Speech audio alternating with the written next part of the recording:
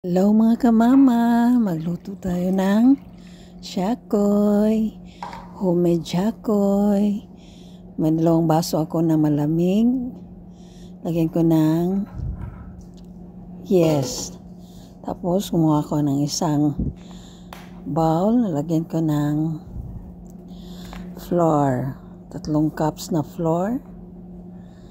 Buhos ko sa 3 cups isang kutsara na asin at isang kutsara na baking powder.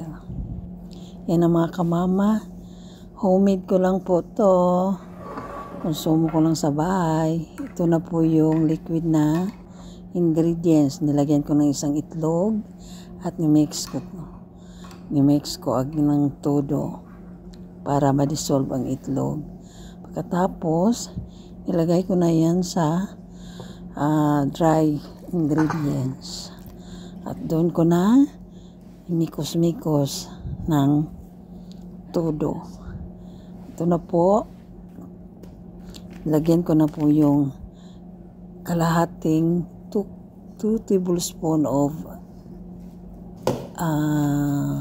butter at ginaganyan ko na, mikos-mikos ko na yan po na maigi para ma-soft siya at i-rest ko ng 1 hour.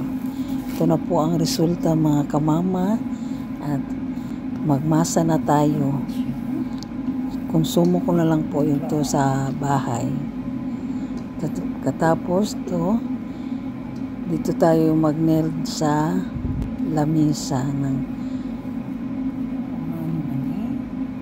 hatiin natin ito ng 2 at sa isa naman hatiin sa 6 na piraso para ma-balance siya. Ganito lang po ako mag-shakoy pang merienda sa bahay. Ito na po siya, 6 lang po na piraso. At ito na po, i-circle-circle ko siya, pabilog, ganyan, pahaba, pataas, pa-circle-circle, ganyan lang po. Ganyan niyo po yung sa akin. At may merienda na po ako sa mga anak ko. Yun na po. Pag ganun lang po, para siyang parang centipede. Yan. Ganyan lang po. Ganyan lang po ang shakoy. First time ko po to magawa ng shakoy. Yan. Bilis lang pala pag gumawa ng shakoy, basta may kumpleto ka sa ingredients. Ganyan lang pala, ganyan. Yan. Ganun lang siya kabilis. May pang merienda na kami. Yan na po. Parang isa na lang po yata. Ito na lang po. Kaso ito ay parang malaki. Pang-last ang malaki. Tansya-tansya lang kasi ito eh. Hindi yun may timbang-timbang pa. Yung mata-mata lang. Kumbaga mata-mata lang. Ayan. Dami pa lang pala. Saka yung board ko na sumasayaw na. Lapit na ako matapos. Tingnan nyo po. Yan. At saka malapit na. Ayun, tapos na po. May kawali na po ako na mantika na mainit na. Nilagay ko na po yung shakoy. Tingnan natin. Shakoy ba talaga? Yun. Ang ganda. Tingnan. Tingnan niyo po.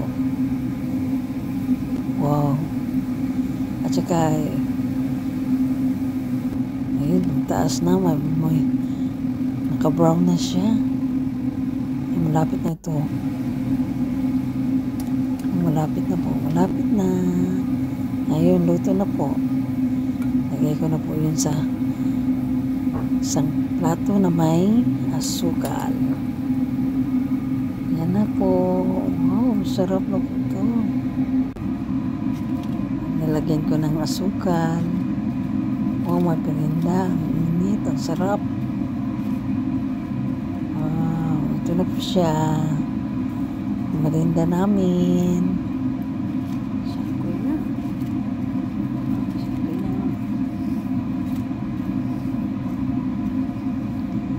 Ang laki. Wow. Malsa pa talaga pag maluto na. Kasi may yesto eh. Ito. Ang laki niya ay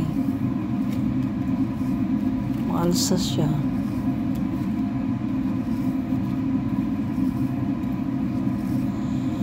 Dapat talaga may daming asukal para masarap.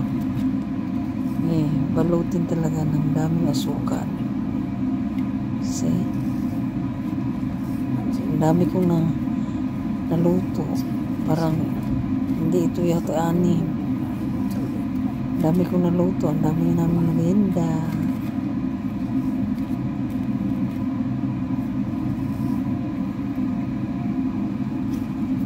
Ito na po lahat. Ang sarap. Sarap talaga. Ang dami namin merienda ngayon. Wow, sarap. Sarap pag may coke. At try natin, floppy sa loob. Ang lambot. Mga kamama, ang lambot. Perfect talaga ang niluto ko ay. Matikman nga.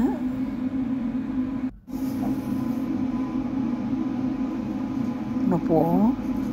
Ang floppy talaga sa loob, mga kamama. Tikman natin. Sobrang lambot. Oh, sarap. Salamat sa pagpanood.